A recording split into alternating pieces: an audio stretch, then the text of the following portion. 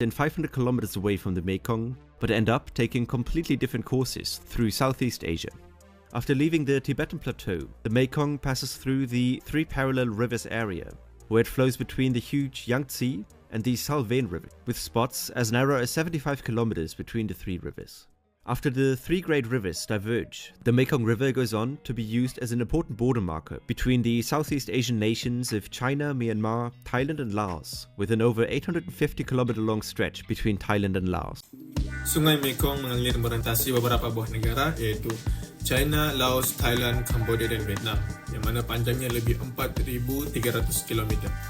Yang mana sungai ini digunakan oleh puluhan juta orang bagi tujuan pertanian, perikanan, pengangkutan dan kehidupan komuniti. Kalau kita tengok sekarang, sungai Mekong ni semakin terancam kerana pencemaran plastik, sisa domestik, limbah industri, bahan-bahan kimia serta projek-projek pembangunan yang berlaku di kawasan berdekatan. Now, there are fears that the Mekong River, which has one of the richest ecosystems on Earth, is in crisis. The Mekong sustains more than 60 million lives as it travels through China and Southeast Asia. It's facing an onslaught of dam building, intensifying climate change and sand dredging. Terdapat beberapa puncak utama pencemaran di Sungai Mekong. Yang pertama adalah pembuangan secara pepejal. Sebagai contoh, plastik-plastik sampah yang terus dibuang ke sungai, termasuklah dari bandar dan kampung terapung di persisiran sungai tersebut, yang mana dapat menyebabkan pencemaran fizikal yang serius. Yang kedua, dari segi sisa domestik atau kumbahan dari rumah-rumah tepi sungai yang dilepaskan tanpa rawatan yang dapat meningkatkan tahap bakteria dan bahan cemar dalam air tersebut. Yang ketiga, limpahan pertanian seperti baja dan racun dibawa oleh hujan ke dalam sungai, yang mana dapat menyebabkan eutrofikasi dan pencemaran kimia. Dan keempat adalah aktiviti pembangunan termasuk pembinaan bandungan dan pembangunan yang berlaku di pesisir yang dapat mengubah aliran sungai serta sedimentasi menjejaskan sistem semula jadi.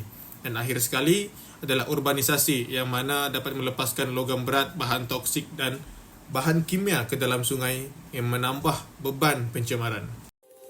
The Mekong River, being a great world river, is not just important for the Mekong countries, but ASEAN as well. So by coming together, ASEAN, MRC, for the second time ever, Water Security Dialogue, we can really understand each other in terms of our common challenges and what we should do together in terms of the future. Isu pencemaran Sungai Mekong melibatkan beberapa pihak utama, antaranya kerajaan dan agensi, yang mana mereka menguruskan sungai serta alam sekitar dan memainkan peranan yang penting dalam penguatkuasaan peraturan, merangka dasar air serta memantau kualiti sungai. Antaranya MRC iaitu Mekong River Commission yang mana ditubuhkan pada 1995 melalui Mekong Agreement 1995 oleh 4 negara anggotanya iaitu Cambodia, Laos, Thailand dan Vietnam.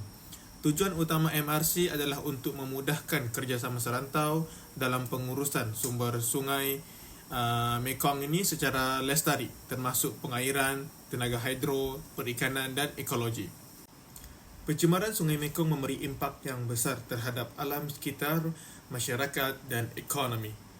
Dari segi alam sekitar, biodiversity akuatik terancam dengan populasi ikan, udang dan spesies air yang lain berkurangan, manakala mikroplastik dan bahan kimia memasuki rantaian makanan. Dari segi kesihatan dan sosial pula, masyarakat berisiko terdedah kepada penyakit bawaan air kerana air dan makanan telah tercemar.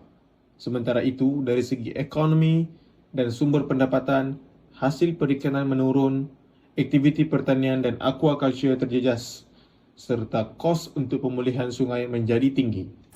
Bagi menangani isu ini, beberapa langkah penyelesaian telah dicadangkan. Antaranya adalah pengurusan sisa dan kumbahan perlu diperkukuh dengan sistem rawatan kumbahan dan sisa pepejal yang cekap di bandar serta kampung. Pendidikan dan kesedaran masyarakat juga penting melalui kempen, iaitu contohnya kempen mesra alam, kempen kitar semula dan ataupun amalan membuang sampah dengan betul. Kerjasama transnasional di kalangan negara-negara dalam lembangan Mekong juga amat penting bagi membangunkan dasar bersama untuk pemulihan Sungai Mekong.